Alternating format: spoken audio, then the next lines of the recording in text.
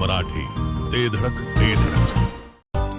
सांगता येईना आणि सहनही होईना शौचा वाटे रक्तस्राव, वेदना, वारंवार शौचास होणे हा मूळव्याध तर नाही ना?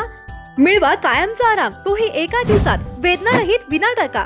मूळव्याधीवर औषधोपचाराबरोबर लेझर व इंजेक्शनची खास सुविधा देणारे विट्यातील पहिलेच हॉस्पिटल डॉक्टर बंडगर यांचे मूळव्याध स्पेशालिटी हॉस्पिटल, अनुराज हॉस्पिटल शेजारी, एसटी स्टँडच्या बाजूला, खानापूर रोड, विटा. जिद्दीच्या बळावर यश मिळवणाऱ्या प्रवीण कोळपे यांची हत्तीवरून भव्य मिरवणूक काढण्यात आली आहे. आटपाडी तालुक्याच्या वतीने प्रवीण कोळपे यांना मोठा सन्मान देण्यात आलाय.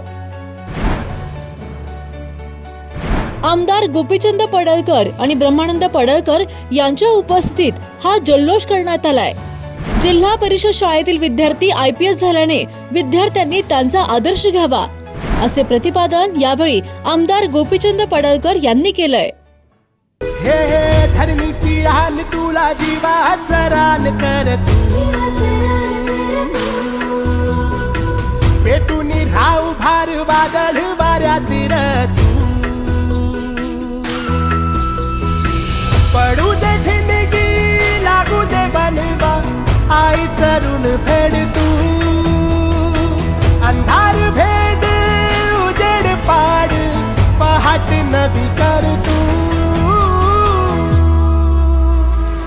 लढार तू लढार तू लढार तू बळीराजा, वाट हीर तुझीच तू झोकून दे बळीराजा, लढार तू लढार तू लढार तू बळीराजा, वाट हीर तुझीच तू झोकून दे बळीराजा.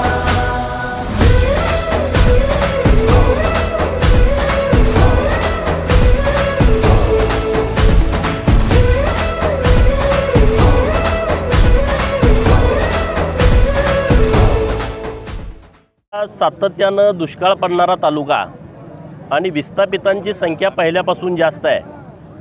धनगर बहुल तालुका असल्यामुळं मेंढपाळांची संख्या पहिल्यापासून या तालुक्यात जास्तीची राहिलेली आहे. त्यामुळं शिक्षणाकडं पहिल्या पिढीचं आमच्या दुर्लक्ष होतं. आता आमची नवीन पिढी प्रतिकूल परिस्थिती असली तरी शिक्षणाच्या बाबतीमध्ये अत्यंत सतर्क आहे. आणि त्यातलाच एक भाग आमच्या मिटकी गावचा सुपुत्र प्रवीण कोळपे अत्यंत प्रतिकूल परिस्थितीत, वडील वारलेले, आजी आणि आई शेतामध्ये काम करणारी अशा कुटुंबातला मुलगा आज IPS होतो आहे, याचा मनस्वी आनंद आमच्या सर्व आटपाडीकरांना झालेला आहे. आणि म्हणून आटपाडीकरांनी ठरवलं की प्रवीणची मिरवणूक हत्तीवरून काढायची. हत्तीवरून मिरवणूक काढण्याचा अर्थ असा आहे की जी काही मुलं आहेत नवीन पिढीतली, त्याला वाटतं माझ्या वडिलांकडून मला हे मिळत नाही, ते मिळत नाही, मला गाडीच मिळत नाही, मला चांगल्या शाळेत ॲडमिशनच मिळत नाही, माझ्यावरती चांगला पैसेच खर्च होत नाही. त्या सगळ्या मुलांच्या समोर प्रवीणचा आदर्श आहे की कशीही परिस्थिती असली, जिल्हा परिषदच्या शाळेत शिकलेला मुलगासुद्धा या देशात टॉपला जाऊ शकतो. हा आदर्श प्रवीणनी आटपाडी तालुक्यातल्या आणि महाराष्ट्रातल्या नवीन पिढीच्या समोर घातलेला आहे. त्यामुळं प्रवीण तर या अभिनंदनास पात्रच ठरतो आहे. परंतु जे उपेक्षित समाज आहेत, या समाजामध्ये राजकीय हिस्सेदारी आणि प्रशासकीय हिस्सेदारीचा टक्का खूप कमी आहे.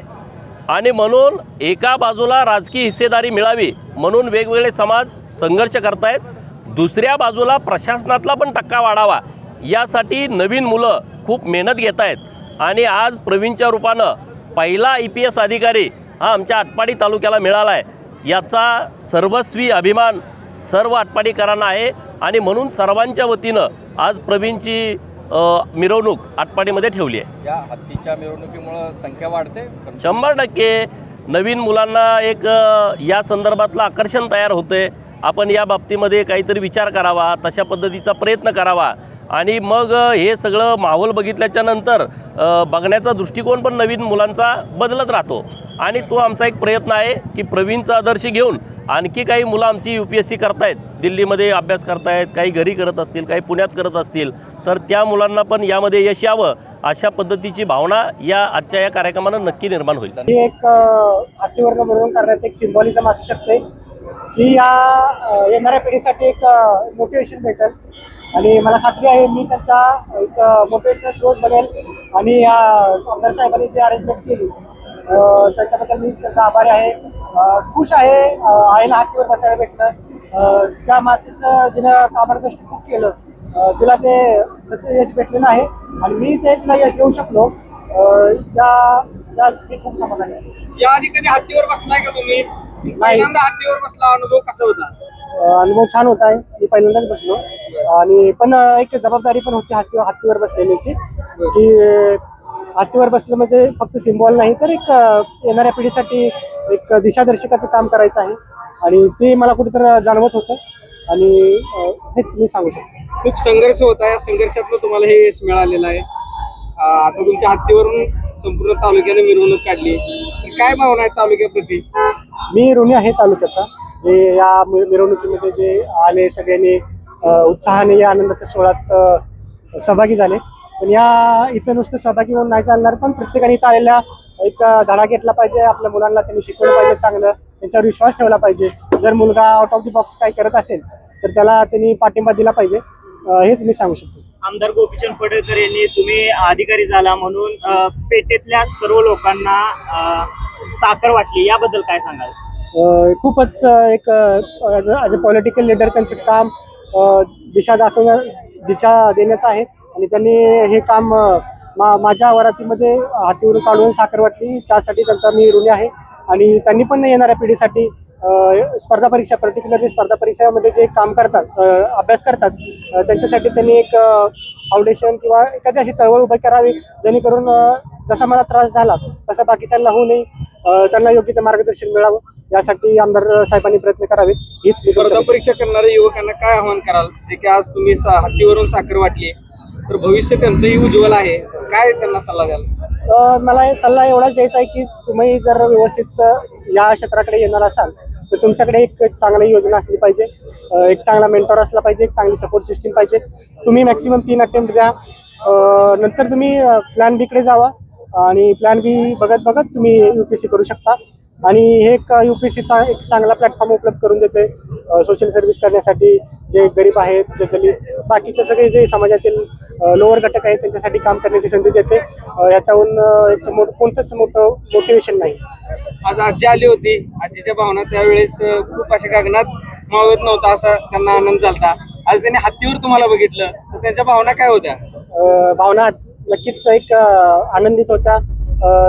तिच्या नातवाचं या आटपाडी तालुक्यामध्ये एवढं मोठं स्वागत आणि सत्कार होतोय ही आमच्या कुटुंबासाठी गावासाठी एक मोठी बाब आहे आणि खरंच खूप आनंदी आहे मी. पण याचबरोबर एक जबाबदारीची एक मला जाणवते आहे जबाबदारी की मी जसं मला लोकांनी रोल मॉडेल बनवलं तसंच मी त्याला पात्र ठरवू इच्छितो आणि त्यासाठी मी काम करेल. आजीची एक प्रतिक्रिया सुद्धा व्हायरल झाली होती की माझा नातू मला लाल गाडीत नाही फिरवणार, आजीचं स्वप्न पूर्ण होणार. हो, पप्पानी तिला एकदा म्हणलं होतं की तुझा नातू लाल गाडीत फिरवेल आणि होपफुली मी आता येणाऱ्या काळामध्ये तिला फिरवेल. जिओ मराठी ते धडक ते धडक.